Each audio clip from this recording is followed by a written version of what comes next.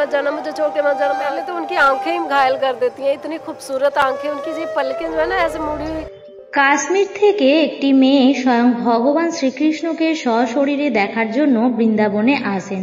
তিনি এক এক করে সব মন্দিরে যান, কিন্তু শ্রীকৃষ্ণকে সশরীরে তিনি কোথাও দেখতে পান না।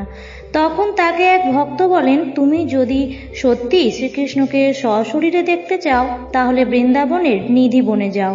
এই মন্দিরে প্রতি রাতে ভগবান শ্রীকৃষ্ণ তার গোপিনীদের সাথে নৃত্য করেন। যদি তুমি তার প্রকৃত রূপ সত্যি দেখতে চাও তাহলে তোমাকে নিধি বনেই যেতে হবে। ওই মেয়ে এই কথা শুনে প্রফুল্লিত হয়ে ওঠে।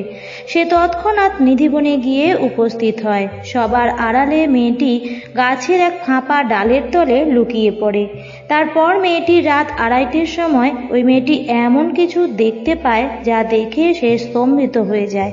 ওই মেয়েটি এরপর যা বলেছিল তা শুনে আপনিও বিশ্বাস করতে চাইবেন না। কাশ্মীর থেকে আসা এই মেয়েটি রাতের বেলায় ঠিক কি দেখেছিল, তার সাথে কি হয়েছিল, এই মেয়েটি কি তারপর সুস্থ ছিল নাকি ভগবানের ঔজ্জ্বল্যকে সহ্য করতে না পেরে পাগল হয়ে গিয়েছিল, এই ঘটনাটি সম্পূর্ণরূপে সত্য। আসুন বিস্তারিতভাবে সবকিছু জেনে নেওয়া যাক। নমস্কার বন্ধুরা, ইন্সপায়ারিং উইথ পিয়ালি চ্যানেলের আরও একটি নতুন ভিডিওতে আপনাদের সকলকে জানাই স্বাগত।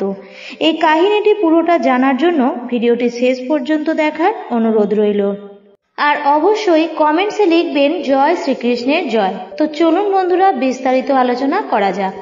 কাশ্মীরের একটি ছোট্ট মেয়ে প্রতিদিন তার মায়ের সাথে ভগবান শ্রীকৃষ্ণের মন্দিরে যেত। তার মা প্রতিদিন ভগবানের শৃঙ্গার করে পুজো পাঠ করতেন। এই মেয়েটি এমন সংস্কার পেয়েই ভগবানের এক পরম ভক্ত হয়ে যায়। একদিন পুজো করার সময় সে তার মাকে জিজ্ঞাসা করলো, আচ্ছা মা, ভগবান আমার সাথে কবে কথা বলবেন?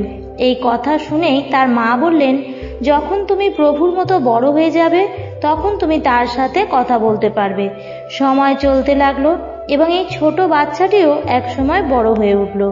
এরপর একদিন সে তার মাকে জিজ্ঞাসা করলো, আমি ভগবানের মতো বড় হয়ে গেছি, এবার কি ভগবান আমার সাথে কথা বলবে না? এই শুনে তার মা বুঝলেন যে তার মেয়ের মধ্যে দিন দিন কৌতূহল বেড়েই চলেছে। তিনি বললেন, ভগবান এমনি তোমার সাথে কথা বলবেন না, তার জন্য তোমাকে কঠোর সাধনা করতে হবে। মেয়েটি মায়ের কথা শুনে এগুলি সবই করেন, কিন্তু এসবের কোনো ফলই মিলছিল না, কারণ মেয়েটি জ্ঞান নয় বরং শ্রীকৃষ্ণকে সশরীরে দেখতে চেয়েছিলেন। পরে তিনি কিছু ব্যক্তিদের কাছ থেকে যা জানলেন, সে কৃষ্ণ তো বৃন্দাবনে থাকেন, সেখানেই নিবাস করেন। এটি জেনে তিনি তৎক্ষণাৎ বৃন্দাবনে চলে আসেন এবং সেখানে এসে ভক্ত এবং পুরোহিতদের জিজ্ঞাসা করলেন যে কানা কোথায়। সবাই তাকে বললেন, কানা তো বাঁকে বিহারী মন্দিরে রয়েছেন। এটি শুনেই সে খুশি মনে কলসি ভর্তি মাখন ও হাতে বাঁশি নিয়ে বাঁকে বিহারী মন্দিরে পৌঁছে যায় এবং পণ্ডিতজিকে বলেন যে আমি কানার সাথে দেখা করতে চাই। ওখানকার পণ্ডিত বাঁকে বিহারীর বিগ্রহটিকে দেখিয়ে বললেন, এই নাও, করে নাও তোমার কানহার দর্শন। কিন্তু ওই মেয়েটি তখন বলে ওঠে, এটি তো একটি মূর্তি, আমি তো আমার কানাকে সশরীরে দেখতে চাই। পণ্ডিতজি তাকে বললেন, এখানে তুমি সব জায়গায় কেবল বিগ্রহই পাবে, স্বয়ং ভগবানকে তুমি দেখতে পাবে না এখানে। পণ্ডিতের থেকে না শোনার পর মেয়েটি খুবই কষ্ট পায়। এই সব কিছু সেখানে থাকা এক বয়স্ক ভদ্রলোক দেখছিলেন। তিনি ওই মেয়েটির কাছে এলেন এবং বললেন, যদি তুমি কানহার দর্শন করতে চাও তাহলে নিধিবনে চলে যাও, সেখানে তুমি তোমার কানহার দর্শন পাবে। সেখানে আজও রাতের সময় নিধিবনে আসেন এবং গোপীদের সাথে নৃত্যও করেন। এই সময় মেয়েটি নিধিবনে যায় এবং সন্ধ্যের দিকে লুকিয়ে নিধিবনে প্রবেশ করে একটি গাছের নিচে লুকিয়ে যায়। প্রায় রাত 2:30টার সময় সে এমন কিছু দেখতে পায় যেটি দেখে সে নিজের চোখকেও বিশ্বাস করতেই পারছিল না। সে আচমকায় দেখতে পায় যে নিধিবনের সব বৃক্ষগুলি গোপিনী হয়ে যাচ্ছে এবং ওখানে স্বয়ং শ্রীকৃষ্ণ আসেন এবং রাসলীলা রচনা শুরু করেন। এই দেখে মেয়েটি বলতে শুরু করে যে কানা, আমায় ছেড়ে চলে যেও না। তখন মেয়েটির দিকে তাকিয়ে শ্রীকৃষ্ণ বলে ওঠেন, আমি তো সব সময় তোমার সাথেই ছিলাম, আমি তো কখনো তোমার থেকে আলাদা হইনি, আমি তো সব সময় তোমার মনের মধ্যেই আছি। শ্রীকৃষ্ণের কথা মুগ্ধ হয়ে শুনছিল সেই মেয়েটি। সে বলে ওঠে, তুমি কোথায় আছো আমার মনে, আমাকে দেখাও।